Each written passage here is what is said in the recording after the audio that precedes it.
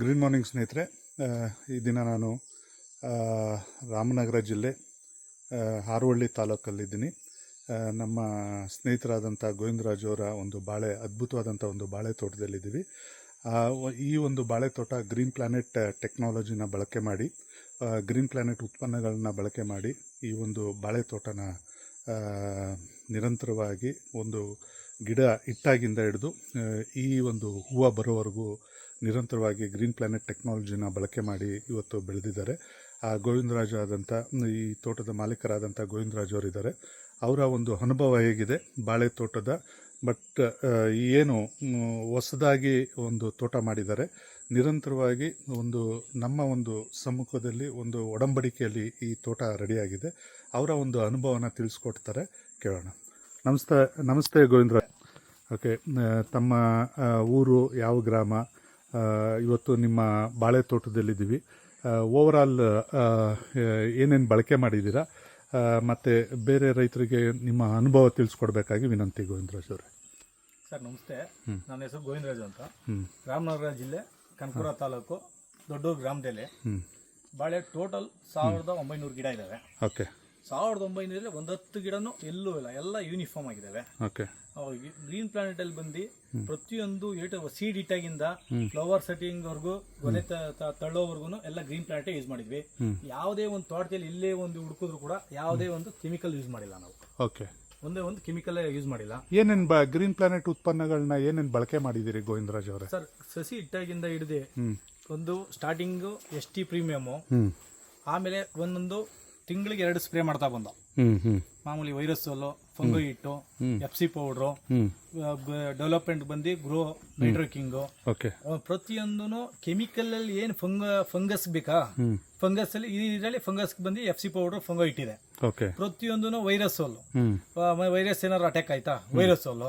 Development ಬೇಕು ಅಂದ್ರೆ grow Nitro King, ನೀವ್ ಹೇಳ್ದಾಗೆ ಪ್ರತಿಯೊಂದು A to Z ಮಾಡ್ಕೊಬಂದು, ಕ್ರೋಮು ಪಡಾಸ್ತವಿಂದ ಹಿಡಿದು ಭೂಮಿ ಪವರ್, ರೂಟ್ ಗಾರ್ಡು ಎಲ್ಲ ರೋಗ ಕಂಟ್ರೋಲ್ ತಾವಿಂದ ಹಿಡಿದು ಡೆವಲಪ್ಮೆಂಟ್ ಕಂಡು ಈಗ ಎಲ್ಲ ಟೋಟಲ್ ನಮ್ಮ ಬೆಟ್ಟದಲ್ಲಿ ಎಷ್ಟು ತೋಟ ಇದಾವ ಈ ಕನಕಪುರ ತಾಲೂಕಿಗೆನೆ ಎಲ್ಲ ಬಂದು ದಾರ ಕಟ್ಟೋರ್ತಾವೆಲ್ಲ ಈ ತೋಟದ ತರ ಯಾವೂ ಇಲ್ಲ. ಅಷ್ಟು ಚೆನ್ನಾಗಿದೆ, ರಿಸಲ್ಟ್ ಇದೆ.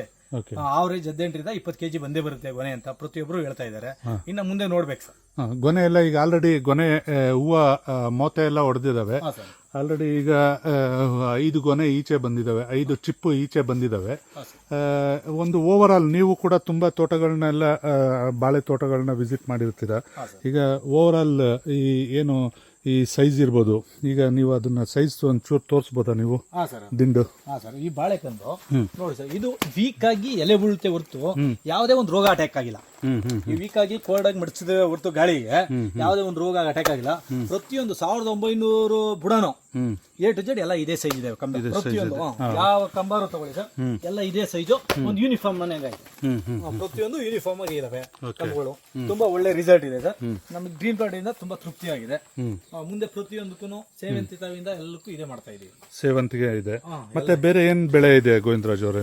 ಮೀನ್ ಬಂದು ರೇಷ್ಮೆ ಇದೆ ನಮ್ದು. ಮೀನ್ ರೇಷ್ಮೆ ಎಷ್ಟು ಎಕರೆ ರೇಷ್ಮೆ ಬೆಳೀತಾ ಇದೆ? 10 ಎಕರೆ ಬೆಳೀತಾ ಇದೆ. 10 ಎಕರೆ ರೇಷ್ಮೆ ಇದೆ. ಅದ್ರ ಜೊತೆ ಬೇರೆ ಏನೇನ್ ಬೆಳೆ ಇದೆ ಸರ್ ನಿಮ್ ತೋಟದಲ್ಲಿ? ಈಗ ಸರ್ ಅಡಿಕೆ ಇದೆ, ತೆಂಗಿದೆ, ತೆಂಗಿದೆ, ಸೇವಂತಿ ಹಾಕಿದೀವಿ. ಅಲ್ಲಿ ರೇಷ್ಮೆ ತೋಟಕ್ಕೆ ಹೋಗೋಣ ಸರ್. ರೇಷ್ಮೆ ಇದೆ, ರೇಷ್ಮೆ ತೋಟಕ್ಕೆ.